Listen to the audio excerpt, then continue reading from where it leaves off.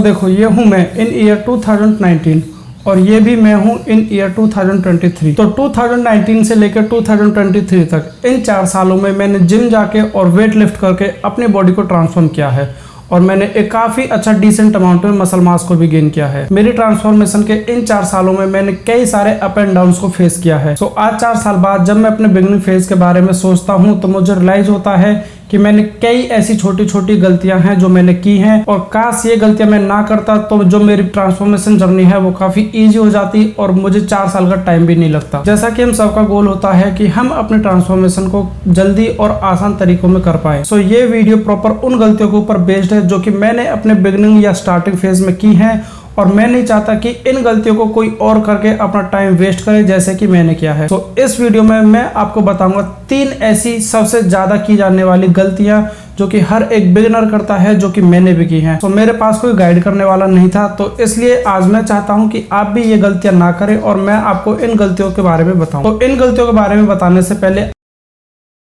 इन 3 गलतियों में सबसे पहले नंबर पे जिस गलती को मैं चूज करूंगा वो है आपकी ट्रेनिंग। अपनी ट्रेनिंग के अंदर गलतियां हम सब करते हैं, लेकिन कुछ ऐसी गलतियां होती हैं जिनका जो इफेक्ट होता है वो हमारे ट्रांसफॉर्मेशन पे काफी ज्यादा पड़ता है। मैंने रियलाइज किया है कि जब हम अपने बिगिनिंग फेज में होते हैं तो हम अपने एक ही मसल ग्रुप की कई सारी एक्सरसाइजेस को परफॉर्म करते हैं। जैसे कि एग्जाम्पल के लिए हम अगर मंडे को अपना चेस्ट डे लगाते हैं तो उस मसल ग्रुप को ट्रेन करने के लिए हम 5 से 6 एक्सरसाइजेस लगाना शुरू कर देते हैं, जो कि प्रॉपरली गलत है। आप 5 से 6 एक्सरसाइज लगा के अपने मसल को ट्रेन करने की जगह आप उसको ओवर ट्रेनिंग में डाल दोगे, जिससे कि काफी ज्यादा पॉसिबिलिटी होती है कि आपके मसल्स के अंदर सोरनेस ज्यादा होगी और वो रिकवरी में भी आपको काफी ज्यादा दिक्कत देगा।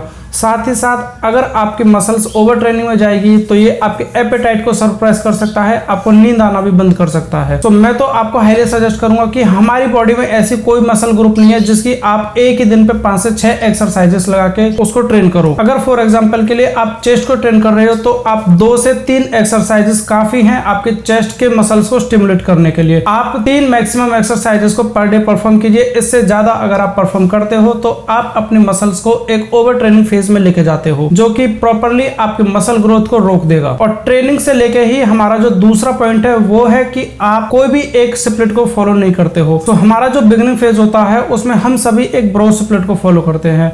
ब्रो स्प्लिट यानी कि आप मंडे को चेस्ट, ट्यूसडे को बैक और उससे अगले दिन लेग्स, फिर उससे नेक्स्ट डे आप आर्म्स को करोगे, फिर उससे अगले दिन आप अपने शोल्डर्स को परफॉर्म करोगे। ये एक प्रॉपर्ली ब्रो स्प्लिट है। इस स्प्लिट को फॉलो करने से आप वीक में केवल अपनी हर एक मसल को एक ही बार ट्रेन कर पाओगे, जो कि किसी भी नेचुरल पावर लिफ्टर या बॉडी बिल्डर के लिए अच्छा नहीं होता है। अगर आप एक नेचुरल बॉडी ट्रांसफॉर्म करना चाहते हैं तो आपके लिए सबसे ज्यादा जरूरी है कि आप पर वीक अपने मसल्स को ट्रेन करने की जो फ्रीक्वेंसी है उसको इंक्रीज करें। आप कोशिश करें कि आप अपने मसल्स को वीक में कम से कम 2 बार ट्रेन करें। आप कोशिश करें कि आप अपनी हर एक मसल को वीक में कम से कम 2 बार ट्रेन करने का मौका दें। हमारे बिगिनिंग डेज में हम जो अपने दूसरे नंबर की गलती करते हैं वो है न्यूट्रिशन को लेके। बिगिनिंग फेज में न्यूट्रिशन को लेके 2 तरह के लोग होते हैं। एक वो जो कि अपने बॉडी वेट के इंटू 2 में अपना प्रोटीन कंजप्शन करते हैं और दूसरे वो जो कि बिल्कुल भी प्रोटीन का कंजप्शन नहीं करते हैं और वेट गेनर या फिर मास गेनर्स पे डिपेंड होते हैं। देखो, अगर आप बिगिनिंग फेज में हो तो आपके लिए बिल्कुल कोई मायने नहीं रखता कि आप अपने बॉडी वेट के इंटू 2 में अपना प्रोटीन कंज्यूम करें। आपका जो बॉडी वेट है आप उतना ही प्रोटीन कंज्यूम करोगे तो भी आप उस फेज में मसल्स को बिल्ड कर पाओगे। ये बिल्कुल जरूरी नहीं है कि आप एकदम से इतना सारा प्रोटीन कंज्यूम करना स्टार्ट कर दे, क्योंकि अगर आप अपनी बॉडी को एकदम से इतना सारा प्रोटीन देना स्टार्ट करोगे तो आपकी बॉडी एसिडिक होना स्टार्ट हो जाएगी। इससे आपको कई सारी प्रॉब्लम्स आएंगी, जैसे कि आप एसिड रिफ्लक्स करोगे। अगर आप अपने बिगिनिंग फेज में हो और आप एक अच्छी क्वांटिटी में मसल मास गेन करना चाहते हो तो जितना आपका बॉडी वेट है या तो आप उतना प्रोटीन कंज्यूम करें या फिर आप उससे 10 या 20% एक्स्ट्रा प्रोटीन कंज्यूम करोगे तो भी आप अच्छी क्वांटिटी में मसल बिल्ड कर पाओगे। ये बिल्कुल जरूरी नहीं है कि आप एक साथ ही बहुत सारा प्रोटीन या अपने बॉडी वेट के इंटू 2 में जो नंबर आता है उतना प्रोटीन आप लेना स्टार्ट कर दे। दूसरे कैटेगरी के लोग जो कि बिल्कुल भी प्रोटीन नहीं लेते और अपने मास गेनर या वेट गेनर पर टोटली डिपेंड होते हैं। तो देखो, अगर आप काफी स्किनी हो और काफी पतले हो तो उस कंडीशन में मास गेनर या वेट गेनर लेना आपके लिए कंपलसरी है या फिर जरूरी है, ठीक है। लेकिन उसी के साथ साथ प्रोटीन कंज्यूम करना भी आपके लिए काफी जरूरी है, क्योंकि सिर्फ मास गेनर या वेट गेनर से आप मसल बिल्ड नहीं कर पाओगे, आपको मसल बिल्ड करने के लिए प्रोटीन लेना ही पड़ेगा।